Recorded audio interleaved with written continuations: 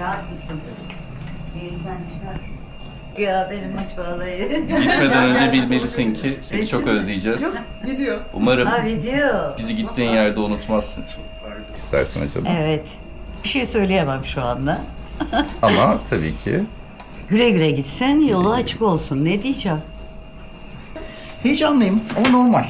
Yani bir miktar bir heyecan var. Korku o kadar yok. İnşallah Gürcistan'dan dönmem diyorum. Roza hoş geldin. Hadi bakalım gidelim beraberce. Kullandım ya. Eğer zamanın varsa bizimle gelsene o alana. Seni tekrar bırakırlar. Geleceğim. Anne üzülme o kadar ya. Yo yo yo yo. Her yer Hiç artık üç üzülmüyorum saat. annem, niye üzüleyim? Her yer artık 3 saat. Tabii ki. Üzülmüyorum. Hadi anne.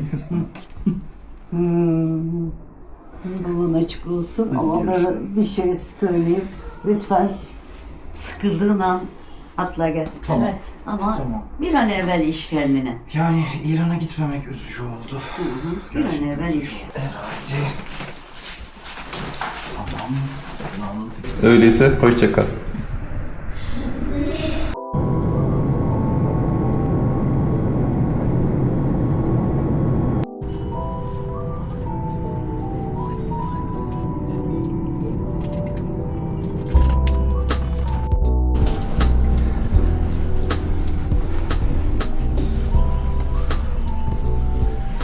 Evet, İstanbul'dayız şu anda. Çok yorucu bir yolculuk değildi ama ben uçak yolculuklarından çok hoşlanmıyorum. Treni tercih ederim. Dış hatlara doğru yönelmek için birazcık erken. Çünkü Tiflis uçağım 12.30'da. Birazcık takılalım. Belki birazcık sohbet de ederiz. Birazcık kendimden bahsedeyim size. Benim adım Kazım Tolga Gürel. Daha önce başka bir YouTube kanalı yapıyordum. Hala ona devam ediyorum. O kanal İngilizce. Bir de bir odanın içerisinde, kitapla dolu bir odanın içerisinde konuşmaya hakikaten de alışmışım. Genellikle İngilizce konuşuyordum fakat şu anda Türkçe'ye geçtim. 3 yıl kadar Mersin'de yaşadım. Genellikle evdeydim ve yapmış olduğum işler çoğunlukla dijitaldeydi. İstanbul'dan bir dostum geldi. Genç bir dostum. Ona da selam gönderiyorum. Kendisi oldukça iyi bir müzik okulunda, bir konservatuvarda okuyordu. Fakat İtalya'ya göçtü. Göçmeden önce de bana Mersin'e yanıma geldi. Yanımdayken enteresan bir konuşma yaptık.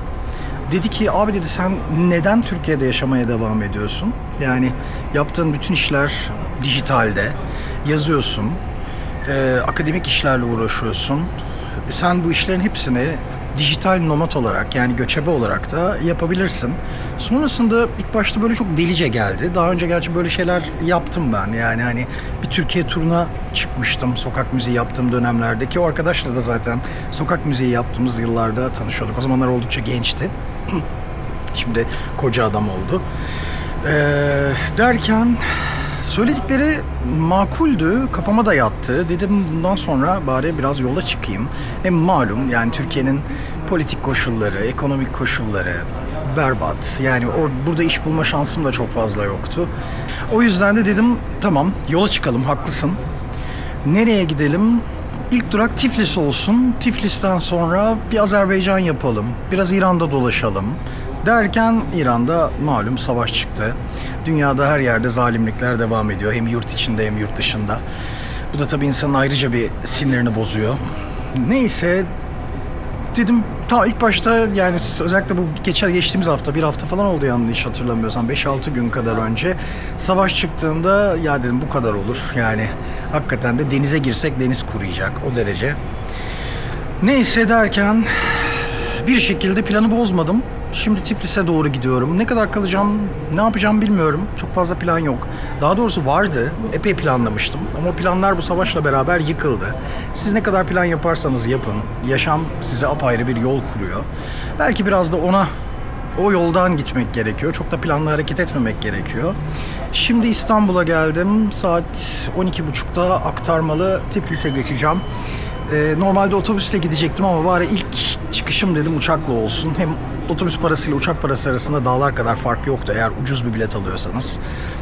Aktarmalı bir biçimde şimdi Tiflis'e geçeceğim. Bir sonraki süreçte görüşürüz.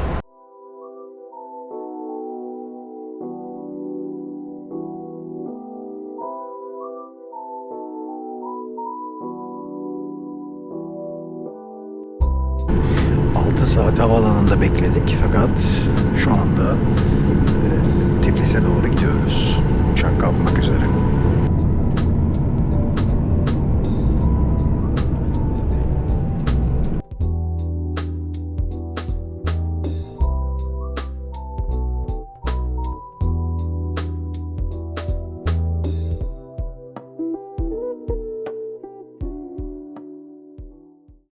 Susuzluktan öldüm arkadaşlar. Ya bir uçakta 3 euroya su mu satılır ya?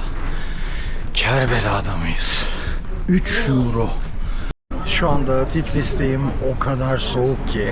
O kadar soğuk ki anlatamam size. 15 derece dedi kaptan uçaktan inerken. Gerçekten fena. Yani Mersin'den geldim. Normalde Eskişehir soğuğuna alışım ama burası ya Eskişehir'in yaz soğuğundan baya daha soğuk ki gayet mümkün çünkü daha kuzeyde, ya da diğer ihtimal ben Mersin'e çok alışmışım, o da mümkün ama bence Eskişehir'den gerçekten daha soğuk. 15 derece olması şu anda çok net bir biçimde hissediliyor. Şimdi biraz bekleyeceğim. Otobüsü bekliyorum. Sanırım saat 6.30 ya da 7'de otobüs vardı, öyle hatırlıyorum. Bir de metro olması lazım. Şimdiden çok sevdim. Tatlı bir enerjisi var. Daha şehrin içerisinde değilim. Havalimanındayım. Havalimanı ile şehir arasında yanlış hatırlamıyorsam 15-20 kilometre kadar mesafe var. Yürümek pek mümkün değil. Büyük ihtimalle sabaha kadar bekleyeceğim. Belki uyuyabilecek bir yer bulurum. Hala ışıltılı. Şimdilik bilmiyorum, garip bir biçimde hoşuma gitti daha henüz şehri görmeden. Şu anda Tiflis havaalanındayız. Yaklaşık 1-1,5 saat sonra otobüs kalkacak. Onu öğrendim. Oturacak bir yerler bulacağım. Az önce bir hanımefendiyle konuştum, Gürcistanlı. Ben 15 derece zannediyordum ama 13 dereceymiş. 13 derece fena değil. Bir serinletti şöyle. Şimdi dışarıda maalesef oturacak bir yer yok. Buralarda oturacak bir yerler arıyorum. Büyük ihtimalle bulurum herhalde, öyle tahmin ediyorum. Şimdi içeri geldim. Böyle yatacak bir yer buldum. Diğer insanlar da zaten yan tarafta yatıyorlar. Herhalde 1,5-2 saat kadar kestiririm. Ondan sonra da otobüs ya da metroyu kullanarak hostele gideceğim. Evet, günaydın. Sabah oldu. Ben yaklaşık herhalde 1-1,5 saat kadar uyudum. Çok güzeldi. Birazcık şarj olmuş gibi oluyor insan, bilirsiniz bunu.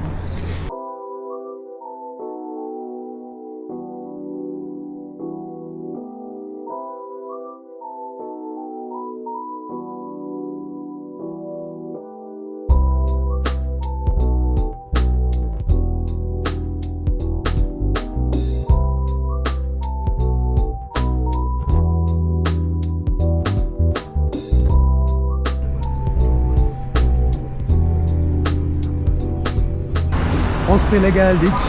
2. kattayım ben. Hostel. Burası. Hele şükür geldik hostele.